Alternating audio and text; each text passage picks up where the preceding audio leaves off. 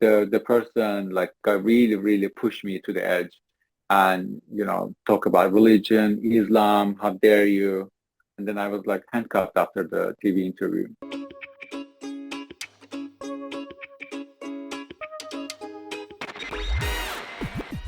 Welcome to the Immigrant Experience in America, an immigrant human library, where we amplify and humanize the experiences of immigrants in the United States and around the world.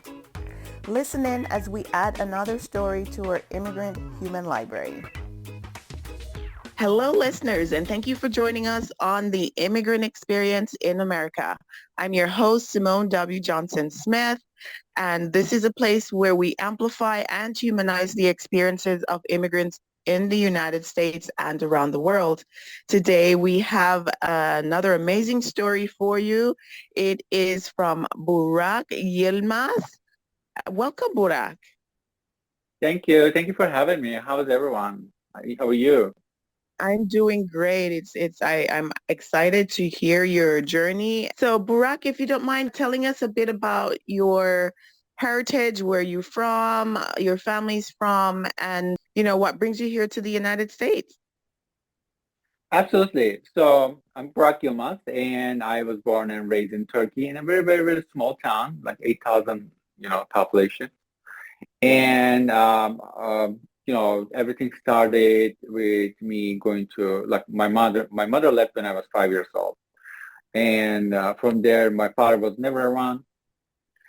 Grew up in the foster care, religious school, boarding school. I published a book in Turkey, called it "The Stories of Homosexuals." And after that, I got the book really did really well. After that, got in jail, been tortured, came to United States with no English and not knowing anyone at age of 23. Uh, you know, Failed GED twice, dropped out of middle school, learned some more English, tried GED again. This time I passed it and got into college, got multiple scholarships. And then I went to NYU nursing school, full scholarship, and became a successful nurse today. And wrote my second book, If My Mother Never Left. This is like the before the book, after the book, self-help, all that. Right, right. So tell us, what's the name of the book that you released while you were in Turkey that caused all of this attention and subsequent harm? It called An Ordinary Story of a Homosexual. Okay. And I used a pen name then to protect myself, which was Devrim Yilmaz, DEV as in Victor, RIM, like in Miami, and my last name, but didn't really make any difference. Oh, they still were able to link the story to you. Yeah, because then it got like so much attention, and then I got excited, and I was like running from TV channel to TV channel promoting my book, and then one day live TV interview, like let's say today's show, but at nighttime, and the person like really pushed me to the edge, and talk about religion, Islam, how dare you, and then I was like handcuffed after the TV interview. Oh my goodness. Wow. So my sincere, heartfelt, I'm not really quite sure what to say, if it's condolences or empathy for your experience while there in Turkey. And it sounded like you said your mom left and you were in foster care, is that right? Foster care, the grandparents, aunts, the uncles, you know, all of that. Wow. Yeah, I'm only child, and my mom left when I was 5 with my mother, with father's best friend, and abandoning issues. Always wondered in my mind what could have, would have, should have if she didn't leave. But I learned not to do that anymore. So do you know what happened? Do you know anything of what was the reason she left? What happened to your dad? Have you found Yeah, out anything? yeah. What happened was that my mother couldn't get pregnant for over 10 years. And she takes a trip to Switzerland and comes back as pregnant. And my father, of course, proud, like didn't say anything because like it was all about what people would say. And and then my mom fell in love with my father's best friend. They ran away together. She left me my father, but my father knew that was like I wasn't his child, but I didn't know. So he didn't want to take care of me. He just like left me, there and here. But I found all these when I reunited with my mom at the age of 20. Oh, that's great. So you were reunited and learned what was the true story behind everything. Yeah, I wish I didn't. Hmm. Yes, yes, quite a painful story. So then does she know who your actual biological father is? No, Oh, I she, did the 20, I did the 23 and me, but I'm not going to find them or anything like that. So right, that's right. You're fine. not going to pursue that journey. Yes, okay. Are you guys still in touch today? No, Okay, okay. no. Yeah, it's painful story, but it sounds like you're in a better place, yes? I'm in a better place and she's in a better place. So Yes, that's good. That's good.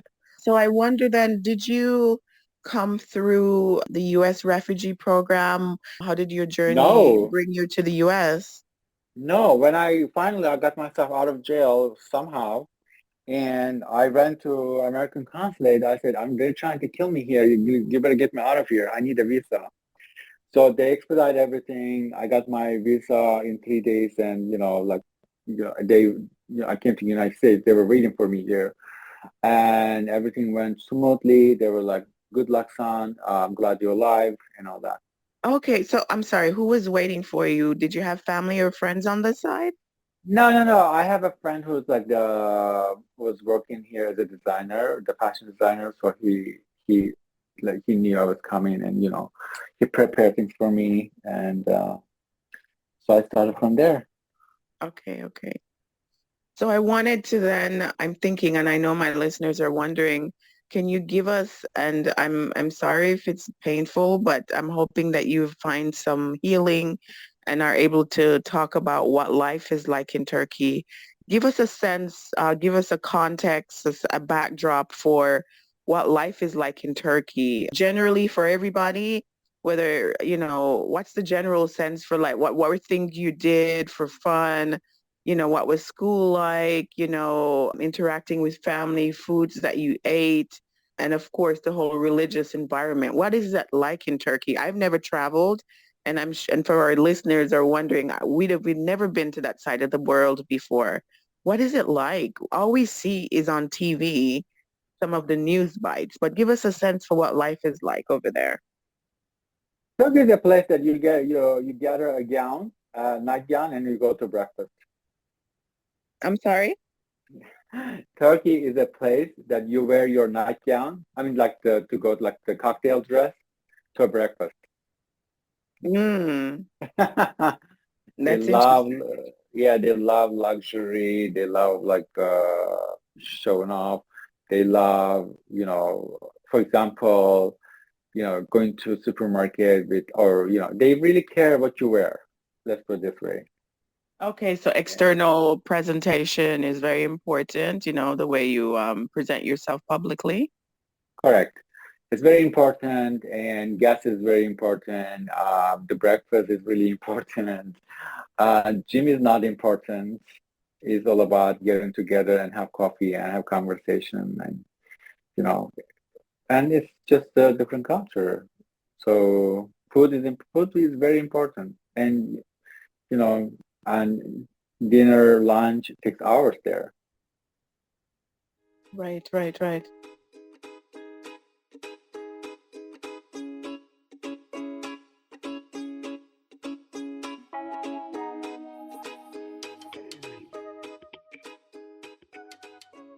So what are typical foods that you eat? Me or Turkish people? Just Turkish people, Uh, if I were to go to Turkey, what is life like there? I'm trying to get a sense for, I've never traveled. My listeners has never been there. What is it like, in Turkey? What are the typical foods for breakfast, lunch, dinner? What times of the day do you eat? It's a different world for a lot of people. because it's a really, really rich culture. And there's a lot of food, there's a lot of different things. Like I cannot really say, oh, we eat kebabs, but we really eat that sometimes. But beside that, there are a lot of things to eat, especially the breakfast. The breakfast is a million different kinds of things on the table. So for me, there's no way to explain that. Okay. No, well, I was just trying to get a sense for your experience. Like, what Yeah, did you I mean, eat typically in your family? You know, not to cover the entire country, but what was your experience? Like, what did you eat growing up? Did you have, like I here we didn't have eat anything. toast and egg and I grew up in poverty, so I didn't eat anything. And everything that I eat was like a soup, especially with my grandmother, or whatever the people provided me, maybe like butter or bread, maybe every day. So I didn't have all that for me, but other people did have, but not me. And I just tried to survive the next day. Maybe sandwich, maybe the sandwich in a, with the cheese and tomato would be luxuries for me then. And so that's what I ate. okay, but other people have like a bigger I, spread, like I don't know. I don't know what other people eat. That's not what I watched. I can tell you what I ate. okay. All right. All So, right. All right. Fair enough. Fair enough. Okay, so what drove you to release your book back then? um, so in that time, like I was living day by day. I didn't know what was going to happen the next day because I was really, really trying to survive. When I started writing everything down, so that I was just like scared if someone like would find me dead, they knew like what kind of life I had and my friends and everybody. So from that, I found a job in a publisher where I was working as a editor, not editor actually, typer and ghostwriter. Um, with that publisher, my publisher said, like, why don't we just publish your book? And we did, and this is what happened. So it took me here. Right. But you were very young, right? Because you came here at 23. So Yeah, I was a bestseller author at 22. wow, wow, wow. Amazing, amazing. And so what is life like then for people with a lifestyle such as this back in Turkey? I mean, it sounds to be very strict. Obviously, you got arrested and harmed, what is the As general perspective with the lifestyle such as that? I mean, as long as you are, connected to Islam, talk about Islam, promote Islam, and act like you're a good Muslim person, everything is great for you. But once you get out of that, image, then you get you become a target. Gladly did. So the U.S. Embassy was aware of your story. So when you showed up after getting out of jail or prison, did they know who you were? How did they Yeah, verify I your would. story? I had I had like pages of pages of newspapers on the cover, like full page. I brought them with me, and the magazines and the all the other articles. I dropped the folder on front of them. I said, "This is me. I have to get out of this country." That's what happened. Good, good. Well, lucky for you. Sometimes it's not as fortunate for some people to be able to even get to the U.S. Embassy and then get such support quickly and then to be able to leave on such short notice. So That's not it. that's Let me ask you. Let me ask you a question. What countries have you visited? what countries have I visited? I have been to the African continent, Uh South huh. America, the Caribbean. I've been to Europe, haven't been to your part of the country. Why do You you should. ask? I was just wondering, and just like I was just wondering. That's all. Right. Yeah, no, I've never been to that side of the world. That's why I'm trying to get a sense for what life is like there. I I mean, see. of course, we see things in the media, but when you speak to somebody who's actually lived in the country and have, experienced everyday life, they can give you more details about what everyday life is like for a general Turkish person, right? Correct. So that's Correct. But all. I was just trying to get a sense for what, uh, things were. But you've shared what your experience specifically was during that time when you were there. correct. I mean, as I said before, Turkish culture is so rich. There is no way for me to talk about it in like 22nd. That's Okay, why. no, I get that, but you can share whatever perspective you have. So people get very lavishly dressed for breakfast, which is quite strange for a lot of cultures. No, Um, not for Latinos. It is, I mean, like it's very like soap opera style, so thing, okay, Well, okay, I for see. example, when I went to South America and I just checked, I thought there were so many things that similar with us.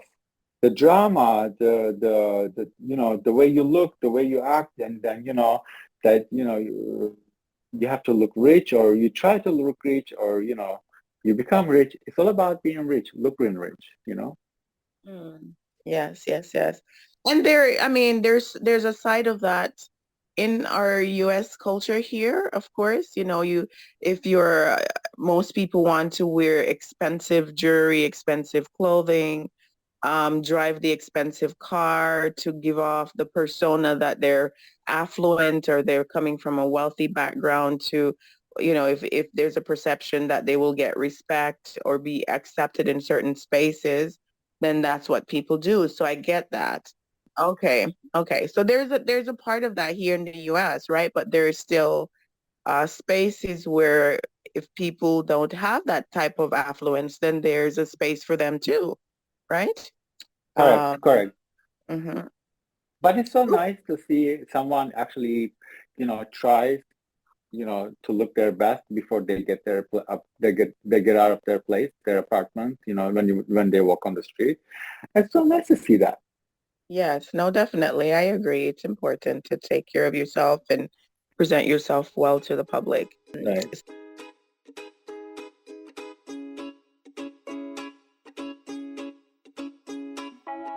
So I wonder then, so you came over after the U.S. Embassy assisted you. What was life like in transitioning? Did you have any support? You mentioned having a friend here.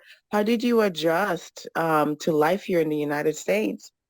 So literally, my friend was a fashion designer and knew a store in Soho.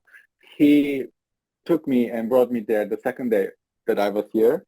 And he said, "Okay, this is yours. Like he's gonna work here, and that's it." And then he went back to Europe, left me, and told me like, "Okay, this is how you pay your rent. This is where you open a bank account. This is how you take the subway." In 1 week, I have to learn all this, and so I started working. Obviously, my first three words that I learned was like small, medium, and large in English because I was working the stockroom. Yes. Okay. And from that, asking, question. And I was so shy. I was so shy. I'm like, I couldn't even approach to someone and became this person that I'm not afraid to talk to anyone. Wow. Okay. Right. And then, Because I so have to how, ask, either I ask that person, where is blah, blah, or I'm just gonna spend 3 hours trying to figure this out. That was the deal. right. Okay. So then over time you develop the confidence, right? To have the I, conversation and ask for help and learned more English. yeah, yeah. And I went to a language course, but it was not what I expected. And I couldn't spend just like 1 week just to say, "Hi, my name is Burak. What's your name? Where are you from? I'm from Turkey." Did you learn this in 1 week? So that's how bad my English. So I grabbed the books and I studied at night and watched TVs a lot. And then so I could imitate how they speak, how they said it, where they said it. Okay, great.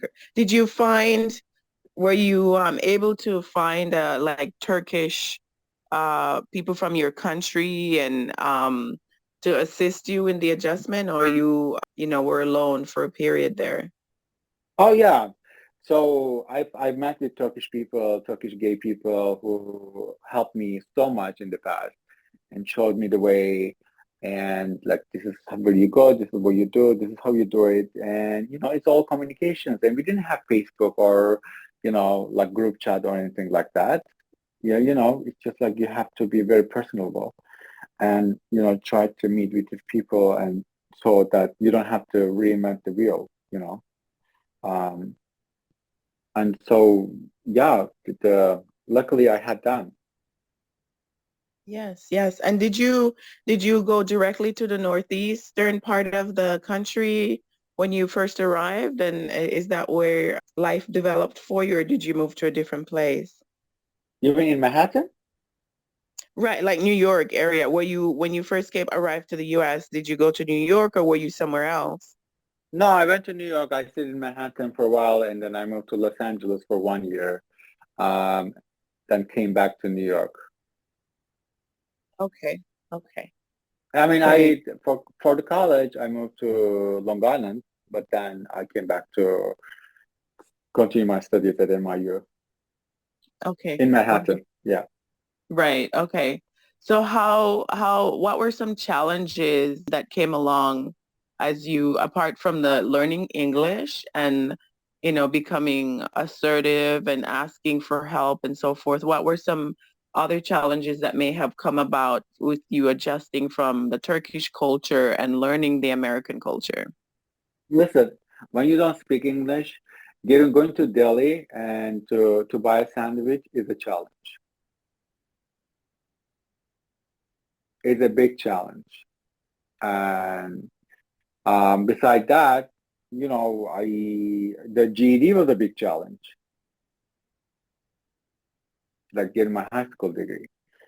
And, going into college was a big challenge. Graduating was a big challenge. Getting into nursing school was a big challenge. Graduating was a big challenge. Which one would you prefer me to talk about? Whatever you'd like to share as encouragement for other immigrants who would be listening to your story, right? Uh, And how you adjusted, what are some tactics or, so the what encouragement would you share for other people who might be in your shoes today as new immigrants? First of all, if they could understand our English, kudos to you. You came a long way to them. So with that said, if they're going to listen to in English, that means, they're already at some level. Like like 10 years ahead of me than when I came here. You know what I mean? Yeah. And I would suggest that use internet, but do not pay anyone from the internet. If you can meet them in person, if you have to pay them, if it's like a lawyer or anything like that, do not believe what other people tells you they're going to do for you, because, and for example, nobody's going to do anything for you if they don't know you. So stop dreaming. Just be realistic. And nothing happens overnight. You have to be really patient. Use and do not try to reinvent the wheel. Ask online, search it, Google it. You have this amazing advantage that I didn't have. I had to walk around with like the paperback dictionary and try to find the words in pages. You know what I mean? Um, be open-minded. That's all I can say. Okay. Would you like to share a bit about your new book and how people would be able to find it if they would like to buy a copy or to support your services if you provide like coaching or any other services? So if you don't want to reinvent the wheel and see how I survived, come to America, and what I've done, you can buy my book and see if you can do it. The You can go to my website, www.b as in boy, U as in umbrella, R as in Robert, A as in apple, K as in Kevin, 212.com, and purchase it March 16th. Not today. I mean, this is going to be something. So go to my website and buy my book, or Amazon, the book called If My Mother Never Left. And then I promise you, you will identify with something that will inspire you. Wonderful. So has it been released as yet? Because you're saying March 16th. Is it, are Correct. they So pre-ordering? Are they pre-ordering your book? not pre-ordering. March 16 it will be out, and Okay. yeah, And they can find it on Amazon as well as on your website. absolutely. And Follow me are you on on, follow me on Instagram, BURAKNY 212, like my name, Burak, New York, and 212. Yeah, they can follow me on Instagram or Facebook. If they have questions for me, I can answer them. okay, yes, by connecting with you on social media. Yes? Right, right. I can definitely try to answer their questions because I've been there in that position. I don't want anyone to have difficult time than they're supposed to. Right. Yes, definitely. Well, thank you for writing this book and sharing your story, Burak. I Oh, wonder what is life like for you today. I'm hoping that, things have gotten more peaceful and you're in a much joyful place than your start of your journey. What is life but like for you today?